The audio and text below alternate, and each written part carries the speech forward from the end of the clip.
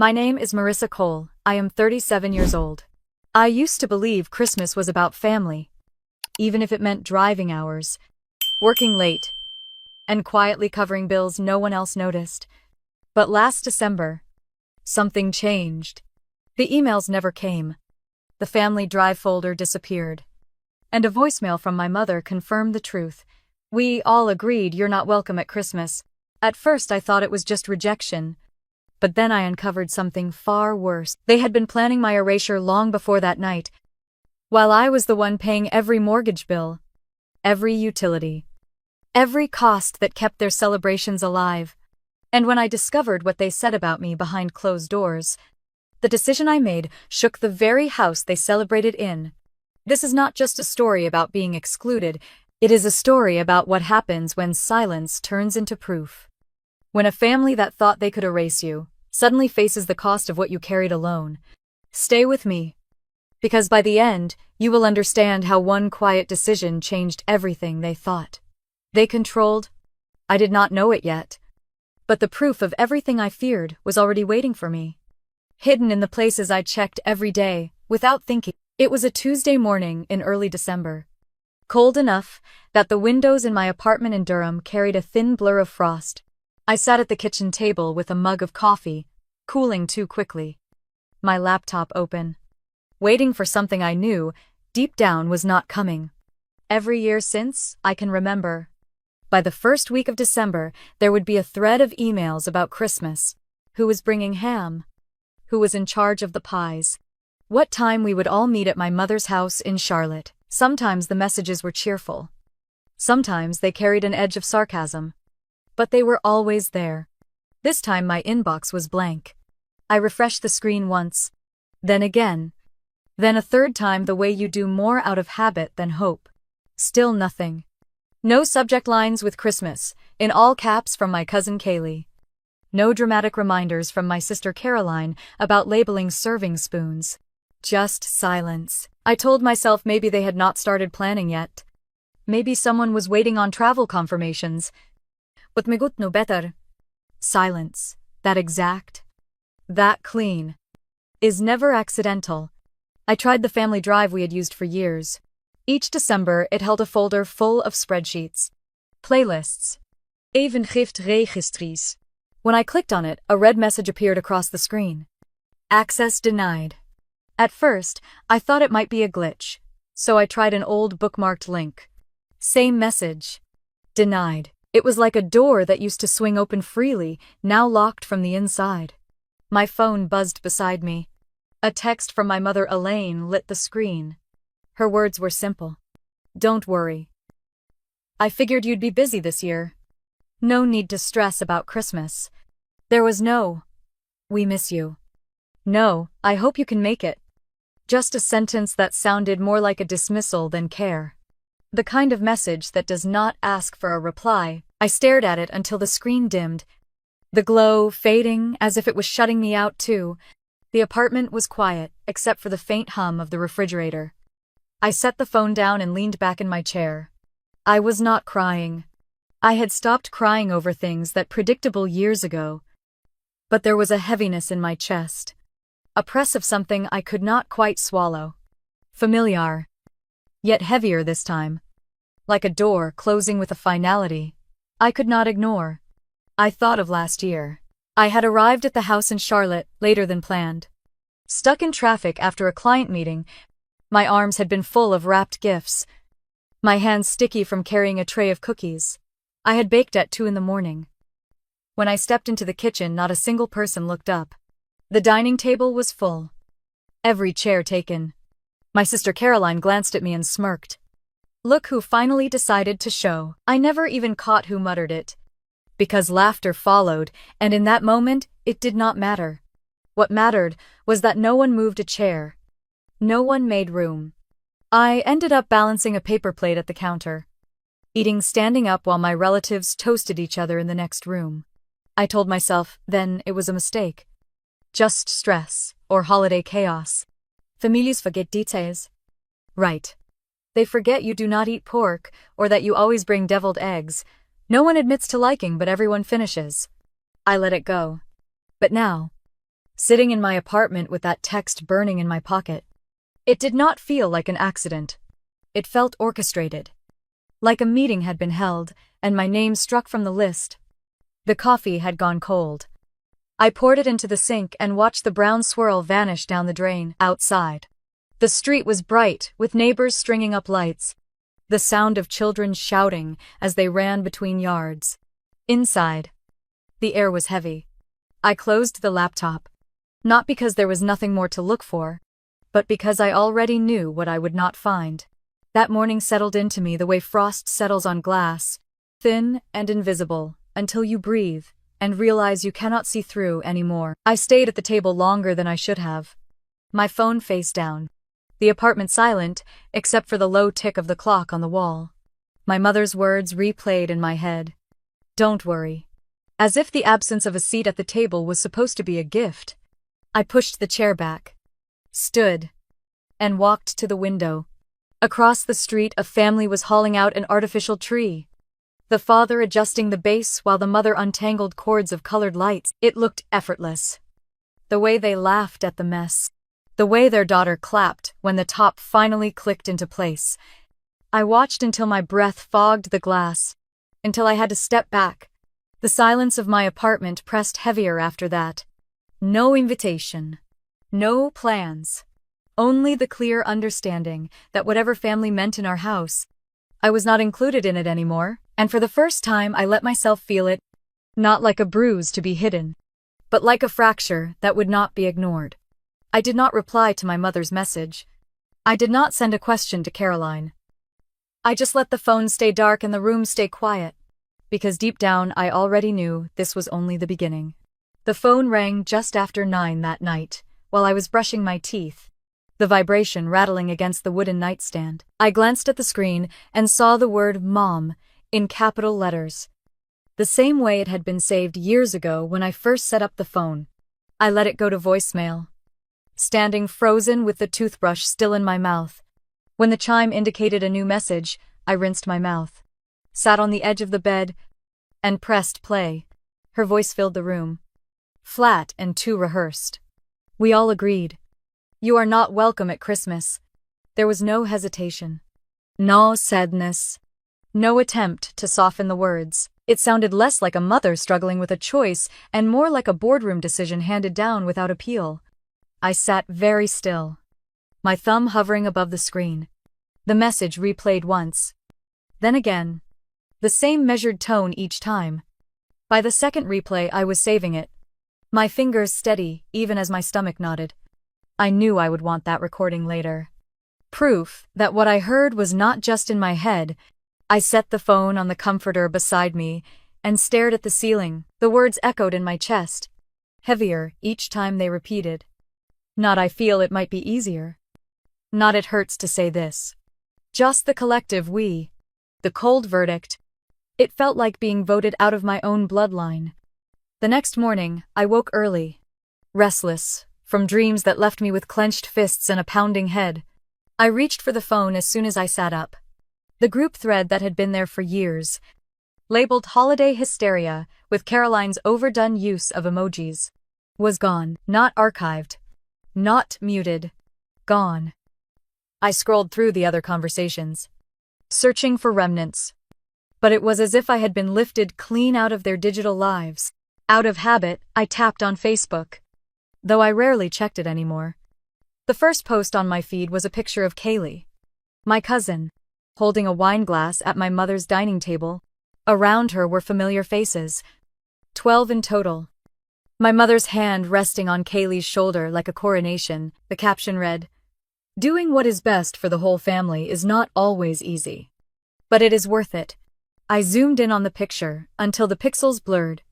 The same chandelier I had helped my mother pick out. The same dining chairs I had ordered and driven down from Raleigh to deliver. Now filled with bodies that had voted me out. My chest tightened. Not with surprise, but with confirmation. There was no empty seat for me. No place card left waiting. I scrolled down and saw a comment from my cousin Nathan. Hard vote, but necessary. Another from Caroline with a line of clapping hands. I closed the app quickly. but the words had already lodged in my chest like a stone. The apartment was quiet again. The hum of the heater, the only sound. I stood at the counter and poured a glass of water I barely drank. My reflection in the kitchen window looked unfamiliar. Eyes darker, shoulders tense. I whispered the words to myself, testing how they sounded outside of my head. We all agreed. Saying it out loud made it real in a way even the recording had not. By noon, I tried to distract myself with work emails, typing out responses that felt mechanical. My phone buzzed again. A notification that the holiday hysteria group had been renamed The Real Ones. The name flashed across my screen like a taunt. I tapped it. But of course, my access was denied. For a moment, I considered calling Caroline, demanding an explanation. But I set the phone down instead. I knew exactly what she would say. That I was too sensitive. That I made things tense. That it was better this way. They always had an excuse wrapped up in a tone that made me feel like the problem. I went back to the voicemail that night, playing it again while I sat at the kitchen table. The same flat voice. The same sentence. It was astonishing how easily a family could edit someone out, as if silence and denial were cleaner than confrontation. I stared at the folder icon on my laptop, where our holiday photos used to be stored, and thought about how quickly things could be erased. Later, while scrolling through old emails, I stumbled on one from last year. Caroline had written an all-caps reminder not to forget table runners. She had included me, had even tagged my name with a sarcastic note about my late arrival. I read it twice, then closed it. The difference between then and now was too sharp. Last year, I was the punchline. This year, I was not even in the room. I pushed my chair back and paced the apartment, the boards creaking beneath my steps. The silence felt different now, heavier, like a house after everyone has left. But the lights are still on. I stood at the window again, watching the neighborhood across the street glow with decorations. Strings of lights twisted around porches, inflatables bobbing in the cold air. Their laughter carried faintly through the glass, distant but cutting. Inside my apartment, there was nothing but the ticking clock and the saved voicemail on my phone. I reached for it one last time before bed. Not to play the message, but to check that it was still there. Saved. Safe. Proof that my absence was not imagined, but decided. I placed the phone back on the nightstand and turned off the lamp. The room settled into darkness, the kind of dark that feels both empty and sharp at the same time. My eyes stayed open longer than I wanted, listening to the hum of the heater, waiting for the silence to soften. It never did. The next morning, I woke with the kind of heaviness that comes from carrying something unresolved through the night. I made coffee and sat at the table with my laptop. Not to check emails this time, but to open the spreadsheet I had kept for years. Rows of numbers stretched down the screen, neat and predictable. Each one, a quiet reminder of what I had carried, month after month. Mortgage, utilities, property tax, insurance. It was all there. I clicked into the mortgage tab and scrolled to the very beginning. January 2020.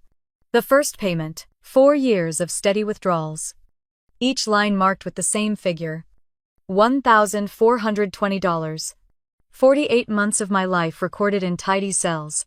I traced the column with my finger as if I could feel the weight of it through the glass. That house had eaten more of my income than anything else I had ever paid for. Vacations I had skipped. Clothes I never bought. Dinners I turned down. Also, the payment could slide quietly out of my account on the first of each month. I leaned back and rubbed my eyes. For years, I had told myself it was temporary, that once my mother got back on her feet, she would take it over. I remembered the conversation in her kitchen when she asked me to co-sign. Her voice had been casual, her hand waving it off like it was no big deal. Just until the bank feels comfortable. Marisa, she had said. We will switch it once things are stable. I had believed her. Because back then, I still believed promises from her. I opened the digital folder where I kept scanned copies of important documents and clicked on the loan file. The PDF loaded slowly, the black text stark against the white background. At the top was my mother's name, Elaine Cole, listed as sole owner. Below that, In smaller type, my own name appeared. Not as owner, not as co-owner, but as co-borrower. The one who made the loan possible but held no claim to the house itself. I stared at the words until they blurred. My chest tightened in a way that felt less like shock and more like confirmation of something I had tried not to see. All this time I thought I was holding us both afloat. In reality, I was just the life jacket she strapped on for convenience. The silent support she could discard whenever she wanted. I pushed the chair back and stood, pacing the length of the apartment. The walls felt too close, the air too heavy. I pulled the document up again on my phone, just to see if the words looked different on a smaller screen. They did not. Owner: Elaine Cole. Co-borrower: Marissa Cole. My jaw tightened. The heater clicked on, rattling softly. But the sound only reminded me of the Utilities tab in my spreadsheet. I flipped back to the computer and opened it. Gas. Electric. Internet. 281 month. 340 another. Depending on the season, every confirmation email still saved in my inbox. I had set all of them to autopay years ago, telling myself it was easier to manage. Easier to keep things steady for her.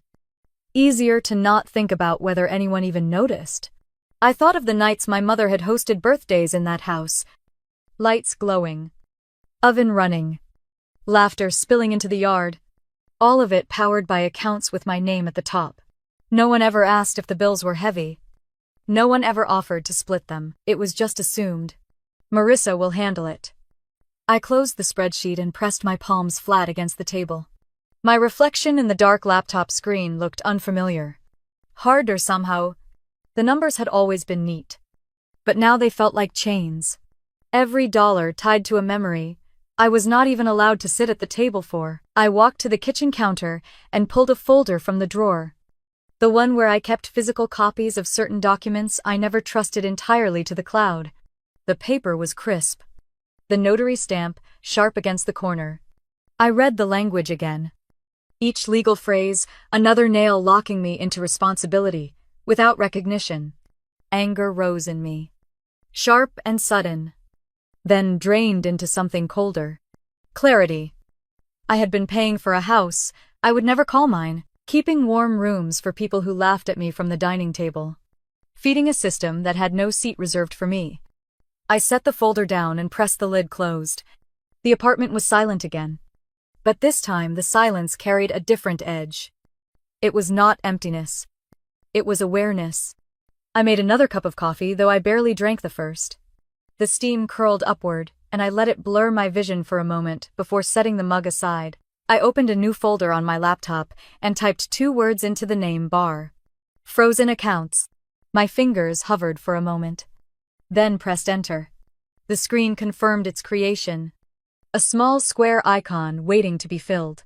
I copied the mortgage statement first. Then the utilities. Then the insurance records. One by one, they slid into the folder like puzzle pieces fitting into place. Each file another reminder that I had not imagined the weight. That it was real. Recorded. Undeniable. By the time I closed the laptop, the light outside had shifted. The late afternoon sun washing the room in a pale glow. I stood at the window again, watching a delivery truck pull into the neighbor's driveway. The driver carrying boxes wrapped in festive tape. A child clapped from the porch.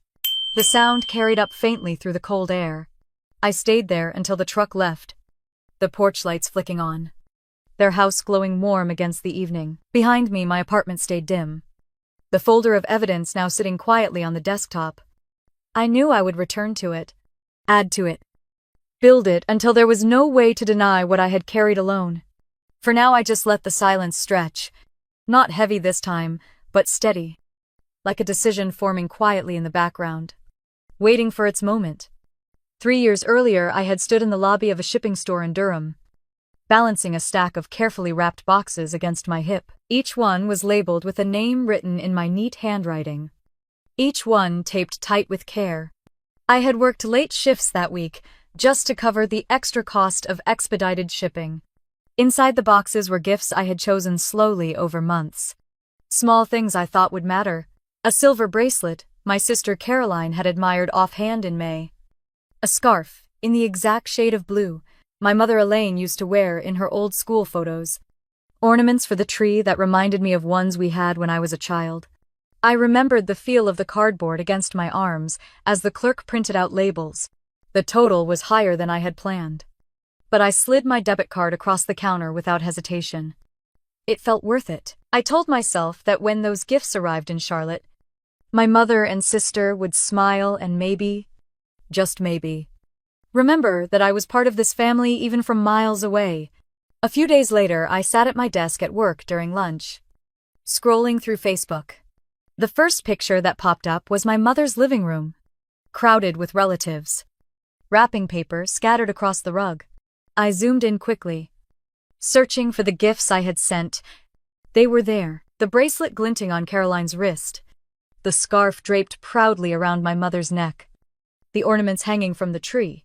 My chest warmed for a moment until I read the caption. From all of us. I read it again. Slower this time. Waiting for my name. But there was nothing. My sister had written the caption, claiming the gifts as a collective effort. As if I had been folded into a nameless group, relatives commented with hearts and thank yous. No one asking who had picked the gifts, who had sent them overnight, who had stayed late at work to pay for them. My name did not appear anywhere. I sat there in the break room with the phone heavy in my hand. Around me, coworkers chatted about holiday travel plans. But I only heard the echo of my own thoughts. How quickly a person can be erased. How easily gratitude can be repackaged until you are invisible. It had not just been that Christmas. Birthdays passed the same way. The cake for my cousin Nathan had been ordered with my card. But the photos online thanked the family. Decorations I had bought appeared in pictures, tagged as teamwork. Every effort I made was swallowed whole. Renamed. Reassigned. I told myself back then that it did not matter. That gifts were meant to be given without recognition. But sitting in my apartment now, staring at the glow of my laptop, I knew better. It had mattered. It mattered because the pattern was too clean. My presence was never acknowledged. But my money, my effort, my time, those were always welcome. I opened the frozen accounts folder again. The mortgage and utilities files were already there. Now I began pulling receipts from old emails, screenshots of online orders, shipping confirmations. I copied the photo of Caroline wearing the bracelet, the one she had captioned as though it came from everyone. I dragged them into the folder. One by one, evidence, not for anyone else, but for myself, so that, when I doubted, I would remember I had not imagined it. The folder grew. Small icons stacking neatly into rows, each one a record of how my name had been removed, but my effort remained. I scrolled through them slowly, my chest tightening as memories flickered. The scarf around my mother's shoulders, praised, in comments as if it had appeared from thin air. The ornaments shining on the tree that no one admitted came from me. I sat back in my chair, rubbing my temples. My apartment was quiet. The only light, the blue glow from the screen. Outside, laughter carried faintly from a neighbor's apartment where music played. I thought of the laughter in my mother's house that year, the way they had toasted around the tree, my gifts in their hands, my name absent. The silence inside pressed against me, but this time I did not feel crushed by it. Instead, it sharpened something. I realized that what hurt most was not the money or the effort. It was the rewriting of memory. The way a family could cut your name out of the picture and still keep the pieces you had given. I highlighted the files in the frozen accounts folder and created a subfolder titled Erased. My hands trembled slightly as I dragged the photos and receipts inside. It felt like carving space for the truth. A place where my contributions could not be stolen or mislabeled. When I closed the laptop, the room was dark except for the faint light of the street lamps filtering through the blinds. I leaned back in the chair and let out a breath I had been holding too long. The evidence was saved. The memories catalogued. For the first time, I felt the faint outline of control, fragile but real. Like the first crack in ice before it splits wide open. The following morning, the first vibration on my phone came before I even poured coffee. I picked it up, expecting another work email. But the screen showed Nathan's name. My cousin had never been much for conversation outside of family events. So the short message startled me more than I expected. Everything feels easier without you around. I read it once. Then again. Waiting for my brain to catch up. There was no greeting. No buffer. Just that one line. Bare and sharp. My thumb hovered over the keyboard. But I did not type a reply. I took a screenshot instead and dropped the phone back on the counter. The words echoed in my chest. Louder because they were so casual. Easier without you. I moved through the motions of making coffee. Spooning grounds into the filter. Filling the pot with water. But each sound felt distant. The hiss of the machine. The drip into the pot. The smell filling the kitchen. I stared at the steam curling upward, trying to steady myself, when another buzz lit the counter. Tammy, my youngest cousin, 25. The one who always seemed a little out of place at those crowded dinners. Her message was short, but different. Can I call you? I hesitated. Then typed back, yes. The phone rang almost instantly. Her voice was careful. Quiet. As though someone might overhear even through the line. I do not agree with what they did, she said. I have something you need to hear. I straightened in the chair. What do you mean? Tammy, there was a pause. The sound of her breath catching. I recorded it.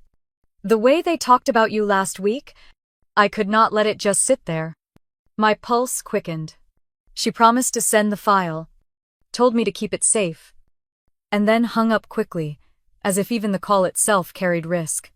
A moment later, a notification appeared. An audio file waiting in my inbox. I pressed play with trembling fingers. The sound was clear. The background chatter of glasses, clinking faintly behind the voices. Caroline spoke first. Her tone sharp. Dismissive. She is cold. Everything she does feels calculated. Like she wants applause for being decent. My mother's voice followed. Steady and unfeeling. She is not really family. She is just convenient. There was laughter. A ripple of agreement. Then Brian's voice slid in. Measured like he was discussing numbers at the bank. Do not stir the pot. Keep her name on the papers. It is clean. No need to rock the boat. The clip ended abruptly. Silence swallowing the room around me. I sat frozen. The phone heavy in my hand. The words looping in my head. Convenient. Not family. Cold. I set the phone on the table and pressed both palms against my eyes until the darkness behind them sparked. Tears threatened, but did not fall right away. They came slowly. Hot against my cheeks. Not loud sobs, but a quiet stream. I could not stop. For years I had felt the shift. The way jokes carried an edge. The way silence grew around my contributions. But hearing it, said out loud. Recorded in their own voices. Stripped away every doubt. They had sat in a room together. Glosses raised. And reduced me to a utility. Not a daughter. Not a cousin. Not a sister. Just convenient. I reached for a tissue. Then another. But my hands shook as I wiped at my face. The apartment felt smaller. The walls closer. The quiet almost unbearable. I stood and paced. The hardwood creaking beneath my steps. Each word echoed with every pass of the room. Cold. Convenient. Not family. Eventually, I sat again and opened my laptop, dragging the file into the frozen accounts folder. My cursor hovered for a long time before clicking. The icon appeared beside the others. Another piece of proof. This one hurt more than any number on a spreadsheet. I leaned back, staring at the ceiling. My throat tight. It was strange how quickly the line between suspicion and certainty could be crossed. For years, I told myself I might be imagining things. That maybe I was too sensitive. One 10-second recording ended. That debate, forever. The coffee pot beeped in the kitchen, startling me. I poured a cup, though my hands were still unsteady. The liquid sloshing against the rim. I held it between my palms, letting the heat ground me. Though the taste barely registered, I thought about calling Tammy back, thanking her. But the words felt stuck. I knew why she had done it. Why she risked sending the file. She had seen what I had lived. She had felt the undercurrent too. And maybe in her way she wanted me to know I was not crazy. That what I felt was real. The clock ticked past noon. Sunlight filtered through the blinds. Stripes of brightness cutting across the floor. I sat with my coffee cooling beside me. The audio replaying in my head without the need of the phone. Their laughter. Their certainty. Their dismissal. Eventually, the tears slowed, drying sticky against my skin. What settled in their place was something colder. Steadier. A kind of clarity that hurt but also shaped itself into resolve. I had the numbers, the documents, the receipts. Now I had their voices too. I closed the laptop gently and sat still for a long moment, listening to the hum of the refrigerator, the faint sounds of life from the apartments above and below. My breathing steadied, the shaking in my hands easing. The truth had been spoken, recorded, saved. There was no undoing it. By the time the sun dropped lower, casting orange light across the walls, I stood and pulled the curtains closed. The apartment dimmed around me. I placed the phone face down on the table and let my body sink into the couch. The quiet returned. But this time it was filled not with doubt but with certainty. I wiped the last trace of moisture from my cheeks and sat upright. The tears had been necessary, but they were not the end. They were the last surrender before something stronger would take shape. I could feel it waiting. Steady. Cold. Undeniable. I pulled the laptop closer and opened a fresh document. The white screen glaring in the dimness of my apartment. My fingers hovered above the keyboard, hesitating for a breath before I began typing a list. Mortgage. Utilities. Property tax. Insurance. Internet. Gas. Electric. Every account tied to that house in Charlotte. Every thread that bound me to them without acknowledgement. The list stretched longer than I wanted, and with each word my chest grew tighter. I stared at the lines until they blurred. This was the skeleton of my life for the last 4 years. Invisible, yet constant. I had kept them afloat without applause, without even a seat at their table. They had voted me out while still living on what I provided. The thought hardened inside me. If they wanted a family without me, then they could have it. Stripped of the convenience I had quietly given. I reached for a notepad from the drawer and began copying the account numbers by hand. The act steadied me, ink pressing into the page, each digit permanent. Next to them, I wrote the next scheduled draft dates, all neatly lined. January 1st. Mortgage. December 27th. Electric. January 3rd. Property tax escrow. My handwriting looked firmer than it ever had. Each number written like it was part of a contract. The clock on the stove blinked midnight. I poured myself another cup of coffee. Stronger this time, and leaned against the counter as the steam fogged my glasses. My hands trembled slightly as I lifted the mug, but the warmth steadied me. For once, the shake was not from fear, it was from the weight of choice. I walked back to the table, set the coffee down, and opened the bank's website. My username and password felt heavier than usual as I typed them in. The dashboard lit up. Clean numbers lined across the screen. The mortgage balance first, bold at the top. I scrolled through the payment history. Row after row of my money sliding away each month.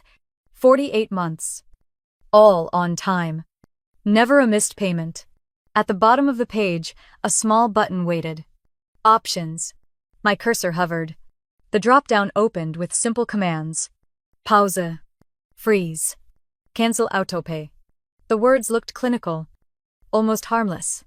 I sat there for a long moment, breathing slowly, feeling the heat of the coffee against my palm. I closed the tab before clicking anything. Not yet ready. The decision needed to be deliberate, not rushed. I opened a new folder on my desktop and named it Evidence. Inside, I began dragging screenshots, mortgage statements, utilities confirmations, tax receipts, homeowner's insurance, Each file slid neatly into place. I added the recording Tammy had sent, the one where my mother's voice called me convenient, not family. I dragged in the Facebook post from Kaylee, smiling with my mother's hand on her shoulder, captioned about doing what was best for the family. The folder grew heavier with each edition, like it was absorbing years of quiet sacrifice. I paused and stared at it, a cold calm pressing into me. I had spent so long doubting myself. But here was the proof. Their voices, their faces, their denial. All documented.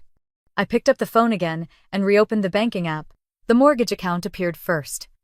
Scheduled payment blinking at me. My thumb hovered over the freeze option. The weight of years pressing behind that tiny button. My stomach tightened as if bracing for impact. I pressed. The screen shifted to a confirmation window. Your request to freeze this account has been submitted. A small green checkmark blinked. I let out a breath I had not realized I was holding. It was done. I set the phone down gently, as though the action itself carried ceremony. The silence in the apartment changed. It was no longer heavy with loneliness. It was sharp, decisive. The hum of the refrigerator sounded different, like a metronome keeping time with a new rhythm. I turned back to the laptop, opened another tab, and logged into the electric company. The balance was 0, thanks to autopay, but the account details still showed my name at the top. I clicked Manage. The same option appeared. Suspend. I hesitated, then saved a screenshot first, dragging it into evidence. Then I pressed the button. A confirmation email arrived instantly. Service scheduled to end December 24th at 6 p.m. I smiled without meaning to. Gas and internet followed, each one frozen, each confirmation saved. I typed out notes in the notepad beside me. Dimastampet. Account numbers circled. My handwriting steadied more with each entry. This was not chaos. It was clean. By 3 a.m. I had finished.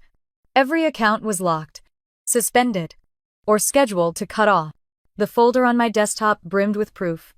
My shoulders ached from hunching over. But the fatigue felt different. It felt earned. I leaned back in the chair and let my eyes rest on the word frozen accounts printed across the folder icon. The irony almost made me laugh.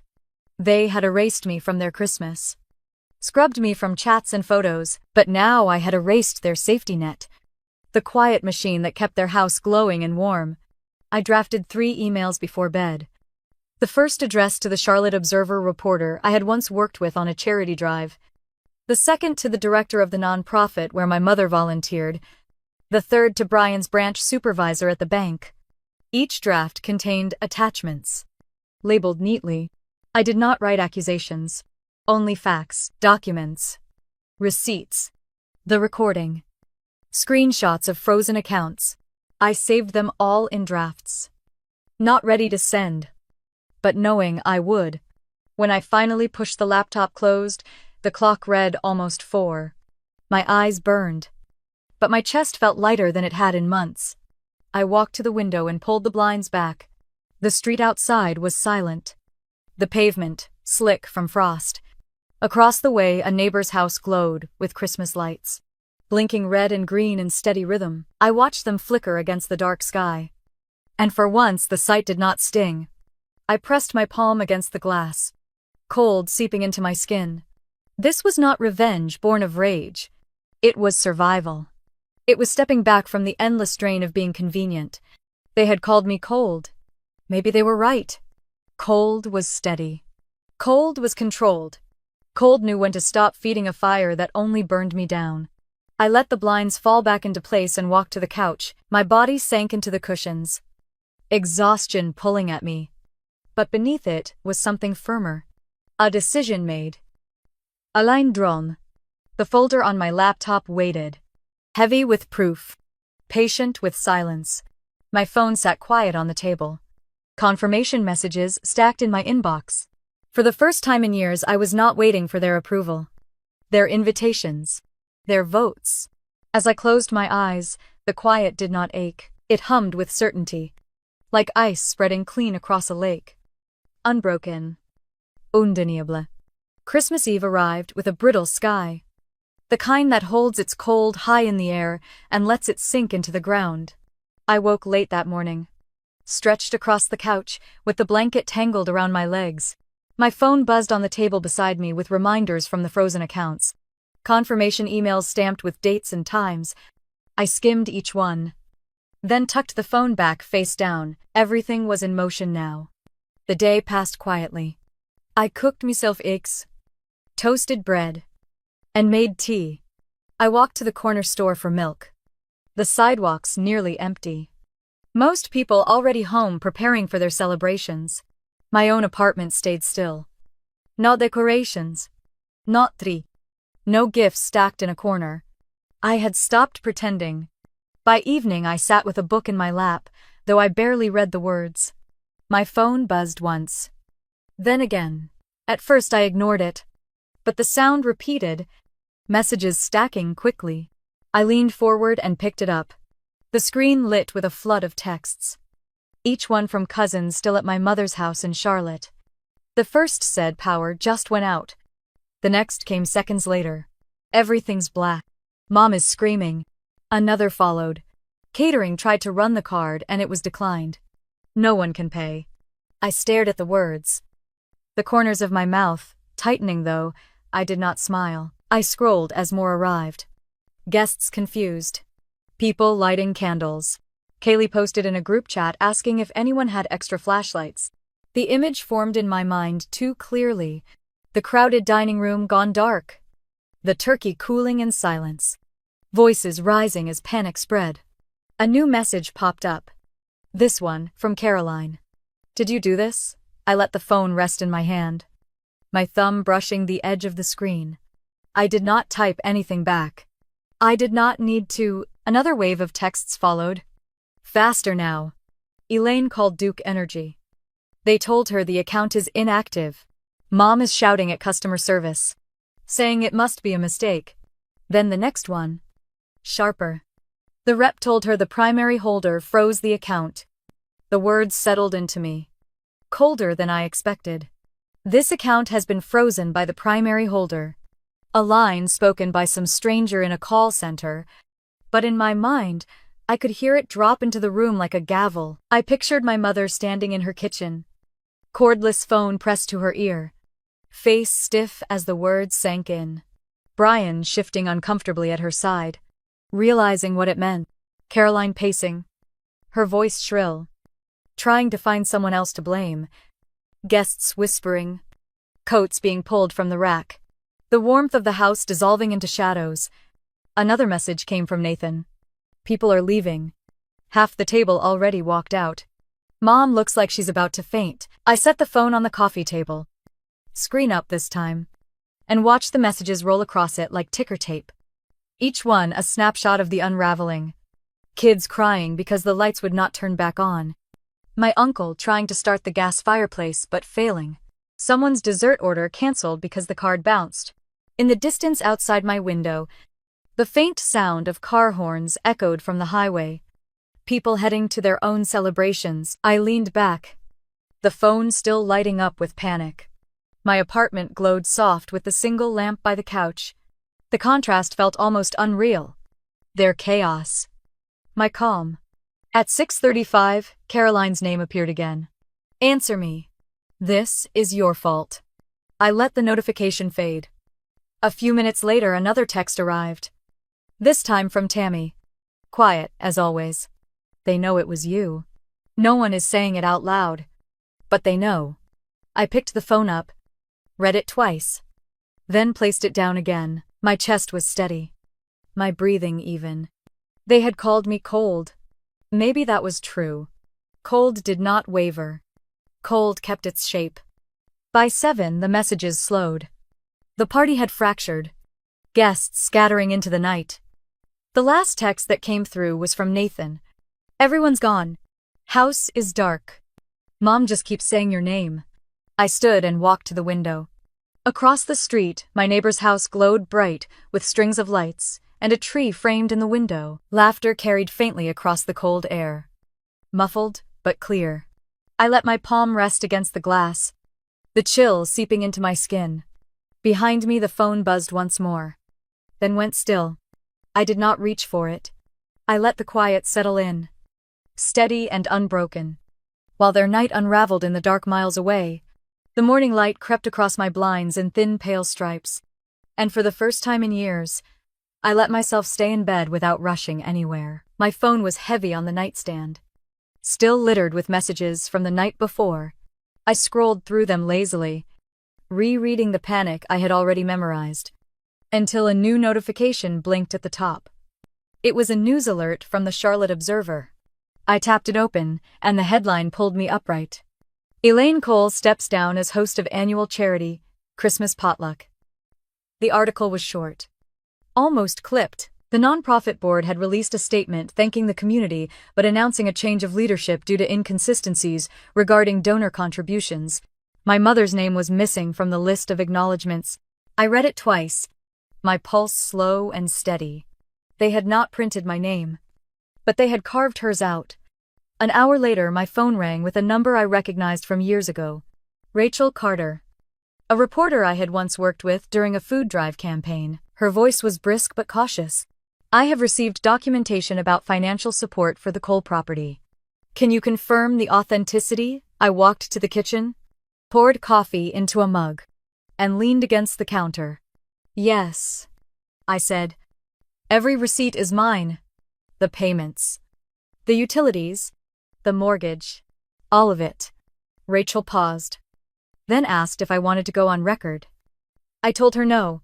I had no interest in a spotlight. I only wanted the truth to breathe. She thanked me and promised accuracy in her coverage. The call ended with the faint click of her keyboard already typing. By noon, the nonprofit's website had been scrubbed. Photos from the event disappeared. My mother's name vanished from every page that once praised her as a benefactor. In its place was silence, a glaring gap where her reputation used to sit. I sat back on the couch with my laptop resting against my knees, scrolling through the changes. There was a strange satisfaction in watching her carefully polished image unravel so publicly.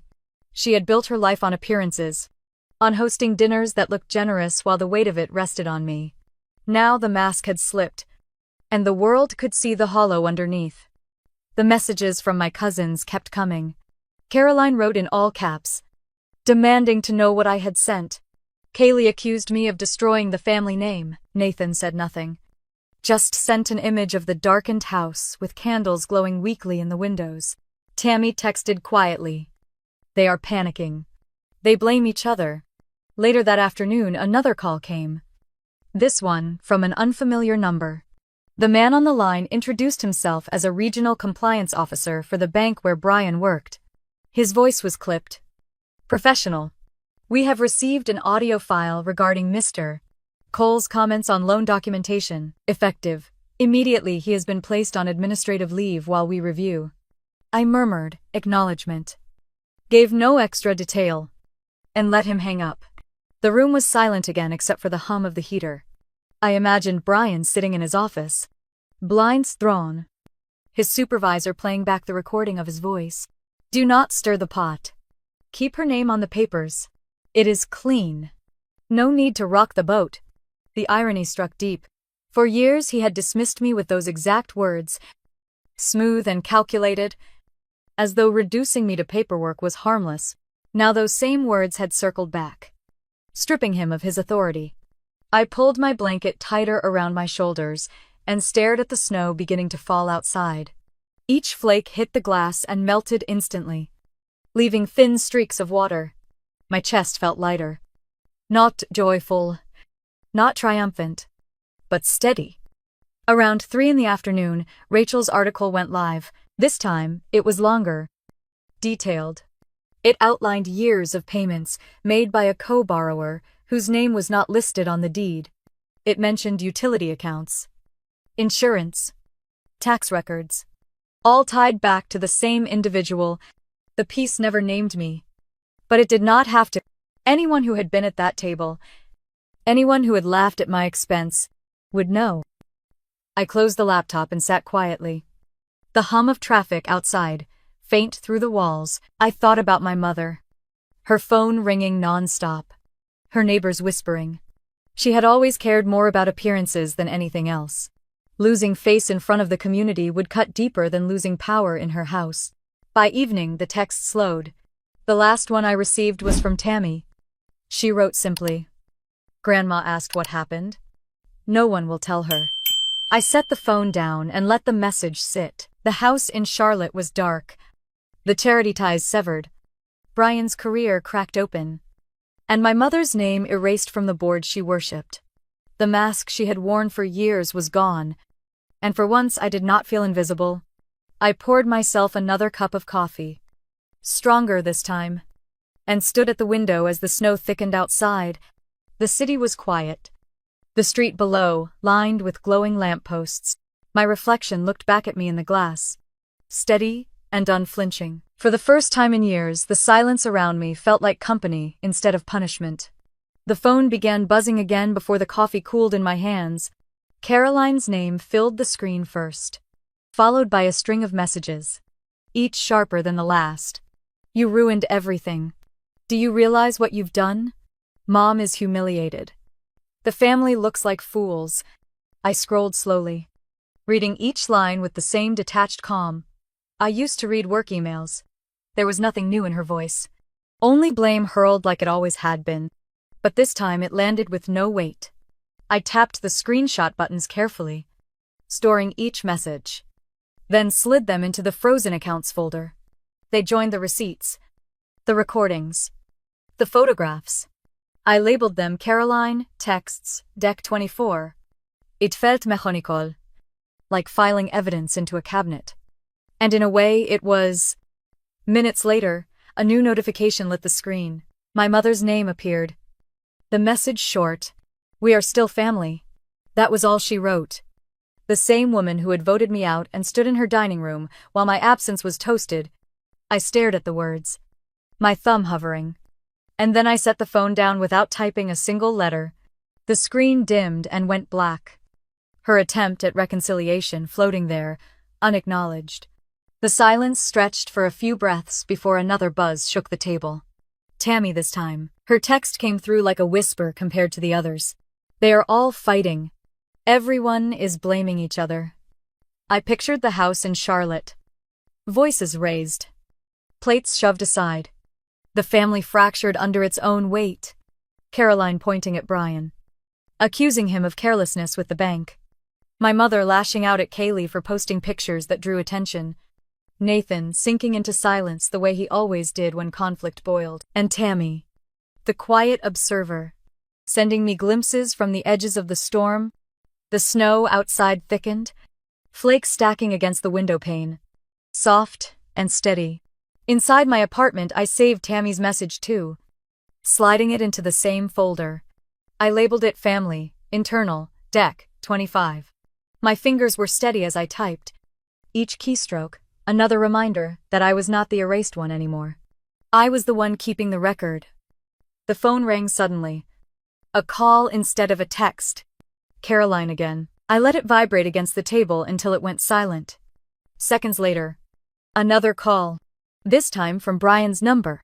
I muted it before the first ring ended. When my mother tried a moment after that, I turned the phone face down. The screen pulsed with their desperation, but I let it glow unanswered. I stood at the counter, sipping the last of my coffee, and listened to the quiet hum of the apartment. Each buzz of the phone was a contrast, their chaos pressing against my calm. The balance had shifted. And for once I was not scrambling to explain myself or defend my worth. More texts poured in. Caroline again. Her words jagged. You think this makes you strong, but all you did was tear us apart. Then Brian. Clipped and cold. Do you realize the legal mess you have caused? You will regret this. Finally. My mother again. We can move past this if you stop now. Come home. I screenshotted each one. Dropped them into the folder. Labeled them carefully. It no longer hurt to read. It felt like collecting exhibits for a case I no longer needed to argue. They had given me all the proof themselves. Each message another crack in their facade. Hours passed like that, the storm outside burying the streets in white, while inside my apartment, the folder grew heavier with evidence. I moved between the couch and the window, sometimes sitting, sometimes standing, always steady.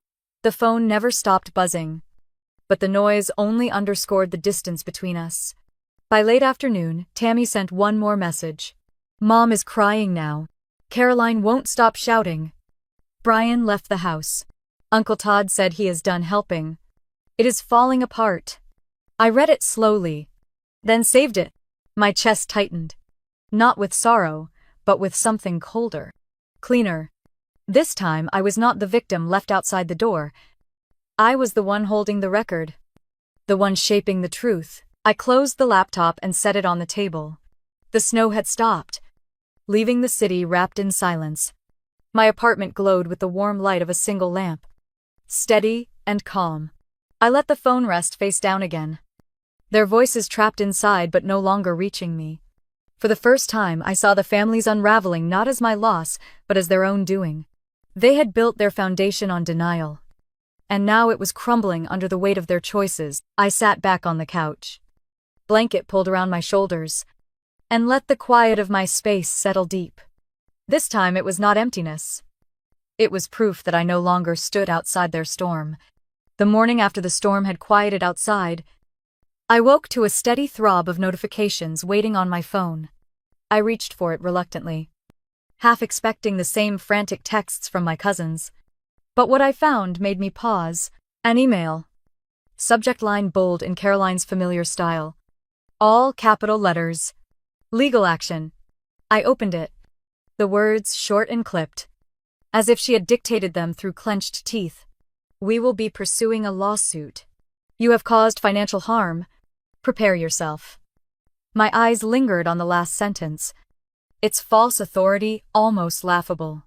I read it again. Not with fear, but with the calmness of someone who finally knew where the ground beneath her feet was solid. I took a screenshot, labeled it Caroline, email, legal threat, and dropped it into the frozen accounts folder. The day carried on quietly. I made myself breakfast, fried eggs and toast, listening to the faint hiss of the pan while the city outside thawed under winter light. But by mid-morning my phone buzzed again, this time with a call I recognized. David Miller, a colleague I had once leaned on during messy contract disputes, someone who never wasted words. His voice came brisk and steady, like the sound of doors closing. Your family is shopping for lawyers. They reached out to a firm in Charlotte, saying you unlawfully froze accounts. I told them they were wasting their money. I straightened in my chair, the phone pressed firm to my ear. So what happens now? David's chuckle was short, almost amused. Marissa, everything is in your name. Every account, mortgage, utilities, property tax, insurance, even the internet. You opened them, you paid them, you managed them. That means you hold complete authority. Freezing them is not only legal, it is your right. I let his words settle into me like warm stones in the cold. For months I had carried this suspicion that maybe I had gone too far, that they would find a way to twist my choice into an accusation. But hearing David's certainty stripped that fear clean.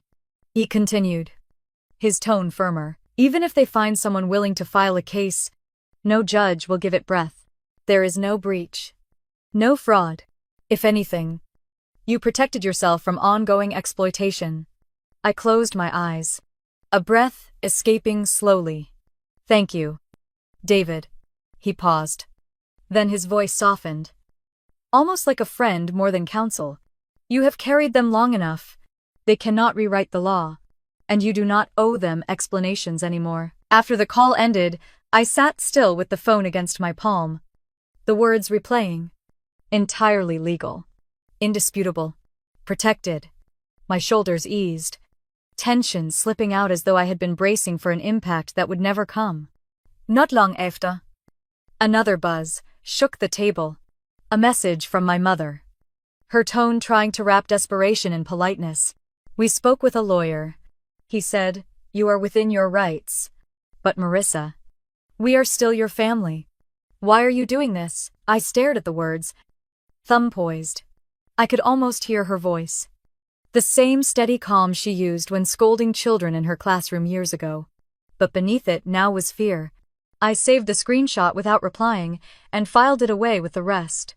A few minutes later, another came.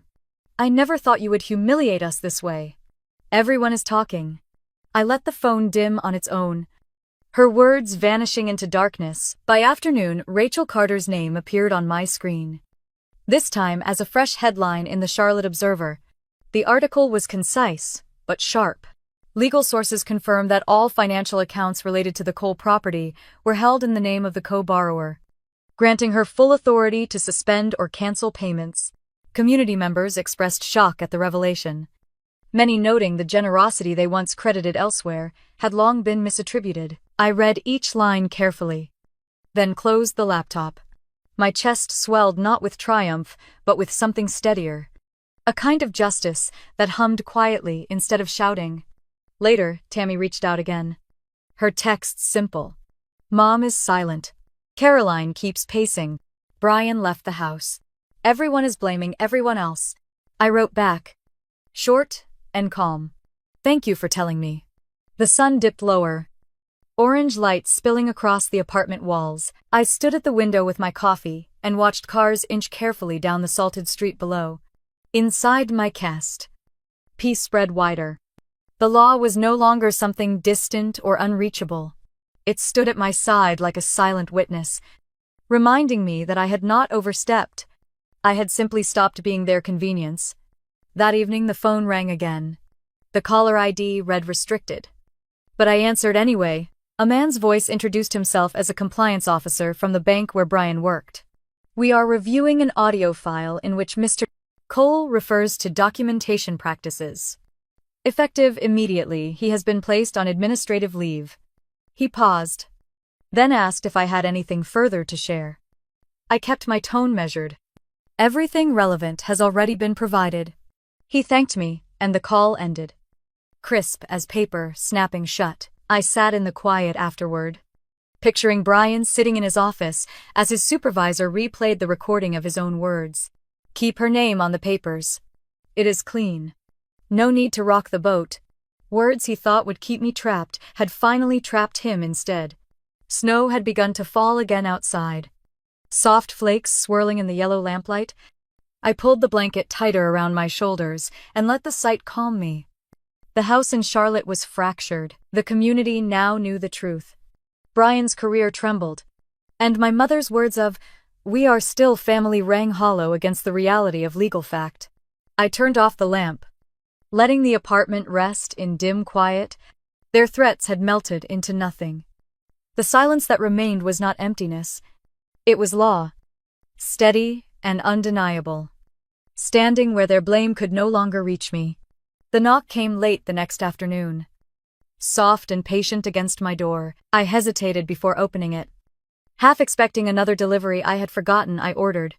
Instead, standing there with a small plate covered in foil, was Norma Fisher from 2 doors down. She was bundled in a wool coat, her gray hair tucked neatly under a knitted hat. "Ich blingle her," surprised, but she smiled gently and lifted the plate.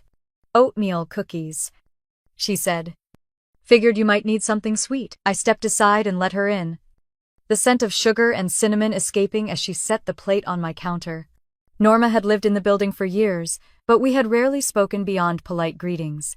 Yet now she looked at me with the kind of steady gaze that carried more weight than words. She sat at the edge of my couch, folding her gloves in her lap. "I saw the news," she said quietly. "About your mother. About the accounts. People whisper. You know how it goes." Her eyes softened. "You are stronger than they ever gave you credit for." I stood with my hands wrapped around a mug, unsure how to respond. Norma went on, her voice calm. "I have lived long enough to know this truth. Elaine feared you because she could not control you. That is why she tried to cut you out." The words landed heavier than I expected. Hearing them from someone outside the bloodline stripped away all my old excuses. I sank into the chair across from her, feeling something release in my chest. For the first time in years, someone who was not bound by family politics had seen me clearly. We shared cookies in the quiet of the apartment. The sweetness was simple, almost ordinary.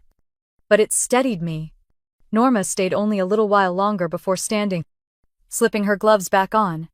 "You do not need them to see your worth," she said, her hand brushing mine as she left. After she was gone, the apartment felt warmer. Not because of the cookies, but because someone had finally broken the silence in kindness. That evening, I made myself dinner. Nothing elaborate. Just pasta with garlic and olive oil. I poured a glass of wine and let a book rest open on the counter while the water boiled. The ritual felt grounding. My space was quiet. But it no longer echoed with loneliness. It hummed with something softer. Steadia. 2 days later, Tammy showed up. Cheeks flushed from the cold. A knit scarf half unraveled around her neck. She slipped inside quickly, as if afraid someone might see her. In her hand she held her phone, already cued to play. "They asked me to talk to you," she said, almost apologetics. She pressed play before I could answer. The recording was muffled at first. Voices overlapping in agitation. Caroline's voice cut through loudest. "We need her back. No one else can handle the bills." Brian muttered something about reputations. My mother's voice shushing him before breaking. "Maybe if she sees we still want her." The file ended abruptly.